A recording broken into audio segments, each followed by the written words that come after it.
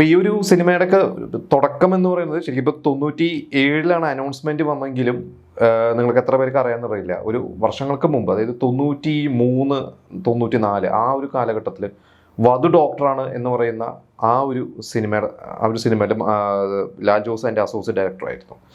അപ്പോൾ അതിൽ ശ്രീനിവാസനാണ് അതിൽ അഭിനയിക്കുന്നുണ്ട്. ശ്രീനിവാസൻ തന്നെയാണ് അതിൻ്റെ തിരക്കഥയും എഴുതുന്നതാണ് എൻ്റെ ഓർമ്മ. അപ്പോൾ എന്തായാലും ശ്രീനിവാസൻ ഒരു മെയിൻ റോൾ ചെയ്യുന്നുണ്ട്. അപ്പോൾ ശ്രീനിവാസനും ലാൽ ജോസൊക്കെ അത്യാവശ്യം നല്ല സൗഹൃദമുണ്ട്. അതിന് മുമ്പ് ആയുഷ്കാലൊക്കെ ഒരുമിച്ചിട്ടൊക്കെ വർക്ക് ചെയ്തിട്ടുണ്ട്. ചമ്പക്കുളം തച്ചൻ വർക്ക് ചെയ്തിട്ടുണ്ട്. അപ്പോൾ അന്നത്തെ ആ വധു ഡോക്ടറാണ് സിനിമയുടെ പ്രൊഡ്യൂസേഴ്സ് ലാൽ ജോസിന് ഒരു ഓഫർ കൊടുത്തു, ഈ ഇൻഡിപെൻഡൻ്റ് ആവാൻ നിങ്ങൾ സംവിധാനം ചെയ്തോളൂ, ഞങ്ങൾ പ്രൊഡ്യൂസ് ചെയ്യാം. അപ്പോൾ സത്യം പറഞ്ഞാൽ ലാൽ ജോസിന് അന്ന് ഇൻഡിപെൻഡൻ്റ് ആവാൻ വലിയ താല്പര്യമൊന്നുമില്ല. കാരണം ലാൽ ജോസ് പിന്നീട് പറഞ്ഞിട്ടുള്ളത് അന്ന് ഒരു വർഷം 3-4 സിനിമകളിൽ അസോസിയേറ്റ് ആയിട്ടൊക്കെ വർക്ക് ചെയ്യുന്നുണ്ട്. കമലിൻ്റെ കൂടെ വർക്ക് ചെയ്യുന്നുണ്ട്. അതുകൂടാതെ മറ്റ് പുതിയ സംവിധായകർ സ്വതന്ത്രമാവുമ്പോൾ അവർക്ക് അസോസിയേറ്റ് ആയിട്ട് എക്സ്പീരിയൻസ്ഡ് ആയിട്ടുള്ള ഒരാളെന്ന രീതിയിൽ ലാൽ ജോസിനാണ് എപ്പോഴും വിളിക്കാറുള്ളത്. ലാൽ ജോസ് ഒരു മുകേഷ് ഒരിക്കൽ പറഞ്ഞത് ഞാൻ കേട്ടിട്ടുണ്ട്. ലാൽ ജോസ് എന്ന് പറഞ്ഞ ഒരു കാലത്തെ ഏറ്റവും വിലപ്പെട്ട വിലയേറിയ ഒരു അസോസിയേറ്റ് ഡയറക്ടറായിരുന്നു എന്നുള്ളതൊക്കെ.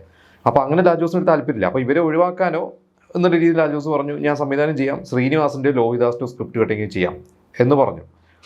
അങ്ങനെ ആ പ്രൊഡ്യൂസേഴ്സ് ശ്രീനിവാസനോട് അപ്രോച്ചപ്പോൾ ശ്രീനിവാസൻ പറഞ്ഞു, ഞാൻ സ്ക്രിപ്റ്റ് കൊടുക്കാം എന്ന് പറഞ്ഞ്. അപ്പോൾ ആ ശ്രീനിവാസന് ഒരു വാക്ക് കൊടുത്തപ്പോഴാണ് ലാൽ ജോസിനെ സംവിധാനം ചെയ്യാനുള്ളൊരു എന്താ പറയുക, ചെയ്തല്ലേ പറ്റുള്ളൂ. കാരണം ശ്രീനിവാസൻ സ്ക്രിപ്റ്റ് കൊടുക്കാമെന്നും പറഞ്ഞിട്ടുണ്ട്.